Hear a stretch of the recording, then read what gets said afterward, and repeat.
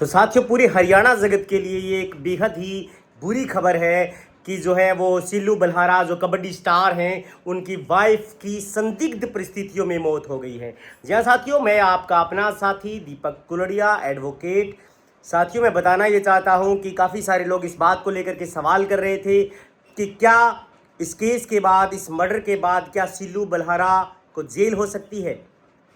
तो साथियों, अगर उनके घर वाले जो है वो इस बात को लेकर के एफआईआर दर्ज कराते हैं कि हमारी जो बेटी है उसको इस प्रकार से प्रताड़ित किया गया और जो है वो काफ़ी टाइम से परेशान थी, तमाम एविडेंस जो है वो कलेक्ट किए जाएंगे, फोरेंसिक टीम वहाँ पर आएगी और जैसा कि आपको सुनने में मिला है कि उन्होंने फांसी लगा करके सुसाइड करी है। तो प्रथम दृष्टया आप इसको कह सकते हैं कि उन्होंने आत्महत्या करी है, लेकिन उसके बाद में तमाम चीज़ें जो हैं वो खुल करके सामने आ सकती हैं। तो इस मामले में सबसे पहले जो है वो पुलिस की भूमिका रहेगी कि वो बिना एफआईआर के भी तमाम जो वहाँ पर सर्कमस्टांशियल एविडेंसेस हैं, क्योंकि मैं वकील हूँ तो मैं आपको बेहतर बता सकता हूँ इस बात को लेकर के कि पुलिस जो है वो इसकी जांच करेगी और जांच के अंदर पुलिस जो है वो आसपास के में सर्कमस्टांशियल एविडेंस कलेक्ट करेगी, उनकी कॉल डिटेल्स कलेक्ट करेगी और जो है वो वहाँ पर जो बॉडी जो है, जो सुसाइड मुस्कान ने करी है, सिल्लू बलहारा की जो पत्नी है, तो उसकी तमाम चीज़ें देखी जाएंगी कि कितनी फिट की रस्सी है, कितनी फिट की बॉडी है और पैरों के नीचे कुर्सी मेज़ क्या चीज़ें हैं। ये तमाम चीज़ें मायने रखती हैं इस बात को लेकर के कि कल को अगर केस जो है वो आत्महत्या से हट करके अगर मर्डर की तरफ पुलिस जो है वो फोकस करे तो उनको वो चीज़ें हेल्प कर सकती हैं। दूसरी बात, काफ़ी सारे मामलों में ये देखा गया है, क्योंकि मैं वकील हूँ, ये चीज़ें जानता हूँ कि अगर आपकी गर्दन पर रस्सी लगाई गई है, अगर आपने सुसाइड करी है तो आपकी गर्दन ऐसे लटकेगी, यानी कि ऊपर की तरफ ऐसे होगा। लेकिन अगर आपने सुसाइड करी नहीं है तो आपका मर्डर हुआ है, यानी कि आप मान सकते हैं कि किसी भी व्यक्ति का मर्डर हुआ है तो अगर उसको मार करके टांगा गया है तो उसकी गर्दन जो है वो नीचे की तरफ होगी। ये तमाम चीज़ें जो है वो प्रथम दृष्टया पुलिस देखती है, इन्वेस्टिगेशन का पार्ट है, कोई भी इसे डिनाई भी नहीं कर सकता। उसके बाद में ये एफआईआर दर्ज करवाएंगे घर वाले, तो उसमें पहले जो आईपीसी में जो है वो कानून था कि 306 ऑफ द आईपीसी जो है वो लगती थी, जिसमें 10 साल की सज़ा है। अब वो हट करके बीएनएस में चली गई है, यानी कि 108 के तहत भी 10 साल की सज़ा है। और अगर दहेज हत्या की बात करें तो 85 में चली गई है, वो पहले जो 304 बी थी, 304 बी, अब वो हट करके 85 में चली गई है। अगर किसी की वजह से सुसाइड किया है तो 108 यानी कि 306 में वो जो है उसको 10 साल तक की सज़ा है। तो ये तमाम चीज़ें देखने वाली चीज़ें हैं कि किस प्रकार से उसकी हत्या हुई है या फिर उसने मर्डर की, उसने जो है वो सुसाइड किया है। तो ये तमाम चीज़ें देखने वाली हैं, लेकिन मुश्किलों के घेरे में है सिल्लू बलहारा। पूरे कबड्डी जगत के लिए जो है वो ये एक बेहद जो है वो शॉकिंग न्यूज़ है और पूरे हरियाणा के लिए, आसपास के इलाकों के लिए, जो कबड्डी स्टार सिल्लू बलहारा जो है वो इस बात को लेकर के जाना जाता था कि उसका रुतबा था पूरे इलाके में एक बेहद शांत स्वभाव का, एक बेहद ही फाइटर लड़का, कबड्डी पहलवान। हालांकि वो मौके पर मौजूद नहीं था, ऐसा सुनने में आ रहा है खबरों में कि वो भिवानी गया हुआ था, लेकिन किन कारणों से उसकी मौत हुई है ये इन्वेस्टिगेशन का पार्ट है। ये पुलिस इन्वेस्टिगेशन करेगी, तमाम चीज़ें खंगाली जाएंगी, कॉल डिटेल्स खंगाली जाएंगी, उसके जो है वो सर्कमस्टांशियल एविडेंस जो है वो कलेक्ट किए जाएंगे। लेकिन एंड ऑफ द डे मुस्कान ने सुसाइड कर लिया है और परिस्थितियाँ इस प्रकार से बन गई होंगी कि उनके परिस्थितियाँ सर से पानी ऊपर चला गया होगा, तभी कोई व्यक्ति जो है वो सुसाइड करने की कोशिश करता है।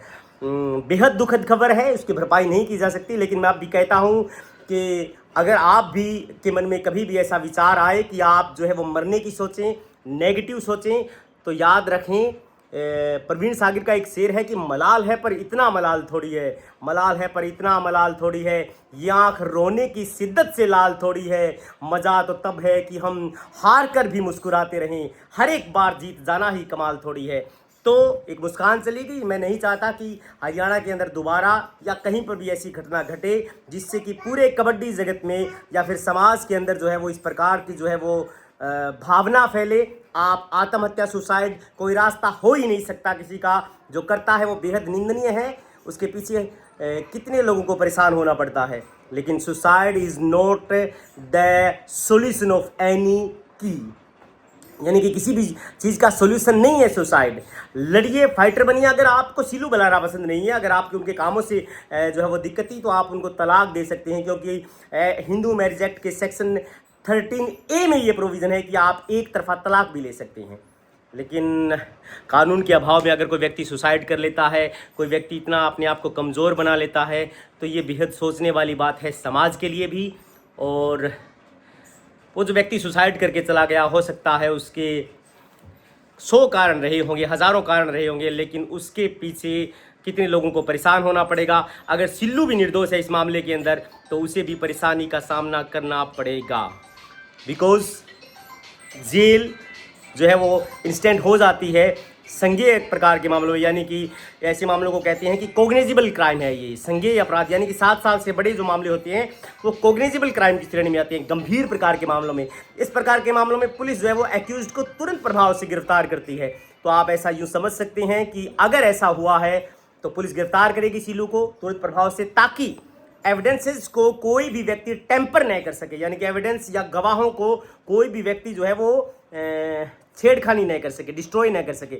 इसलिए आप जो है वो इतने कमज़ोर ना बने, सुसाइड की नौबत आए, लड़िए अपने हक अधिकारों के लिए। कोई आपको व्यक्ति पसंद नहीं है तो आप उससे दूरियां बना लीजिए, लेकिन आप जो है वो इस प्रकार से फांसी का फंदे को अगर आप जो है वो रास्ता मानेंगे, तो ये रास्ता ना पहले सही था, ना आगे सही है, और ना ही किन्हीं परिस्थितियों में सही है। हो सकता है आपके मालिक जो है वो किन्हीं परिस्थितियों में जान ले, लेकिन खुद जान मत गंवाइए। अगर आपको सुसाइड का कभी भी मन में आए तो आप हॉस्पिटल का एक चक्कर लगा लीजिए। लोग क्या क्या नहीं करते जिंदा रहने के लिए। जिंदा रहना भी बहुत ज़रूरी है। जीना है तो लड़ना सीखिए, लड़ते लड़ते जीना सीखिए। ये हमने सीखा है, हमने सिखाया है लोगों को जुल्म के खिलाफ लड़ना। हमने सिखाया है कि ज़िंदगी अपने कंधों पर जी जाती है, दूसरों के कंधों पर तो जनाजे उठा करते हैं। इसलिए बी अवेयर, आप जो है वो सुसाइड का रास्ता कभी ना अपनाएं, जो रास्ता सिल्लू बलहारा की पत्नी मुस्कान ने अपनाया है। हालांकि हो सकता है उनके कोई कारण होंगे, 1000 कारण होंगे, लेकिन उन्हें ऐसा नहीं करना चाहिए था। जो हो गया है अब उसका कुछ नहीं कर सकते, लेकिन मुस्कान को जो है वो बैठ करके रास्ते का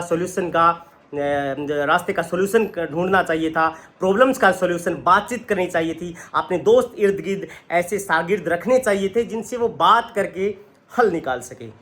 एक वकील का भी आपके जीवन में होना बेहद ज़रूरी है, जो वकील आपको ये रास्ता दिखाता है कि इस प्रकार से अगर आप प्रॉब्लम है, क्योंकि माँ के बाद, दोस्त के बाद वकील ही एक ऐसा आपका मित्र होता है जो आपके गलत होने के बावजूद भी आपके साथ खड़ा रहता है। जिस प्रकार से करण था, मुझे पता था कि चीज़ें गलत है, लेकिन फिर भी वो जो है वो अपने दोस्त के साथ था। आप भी अपने दोस्त के साथ रहिए।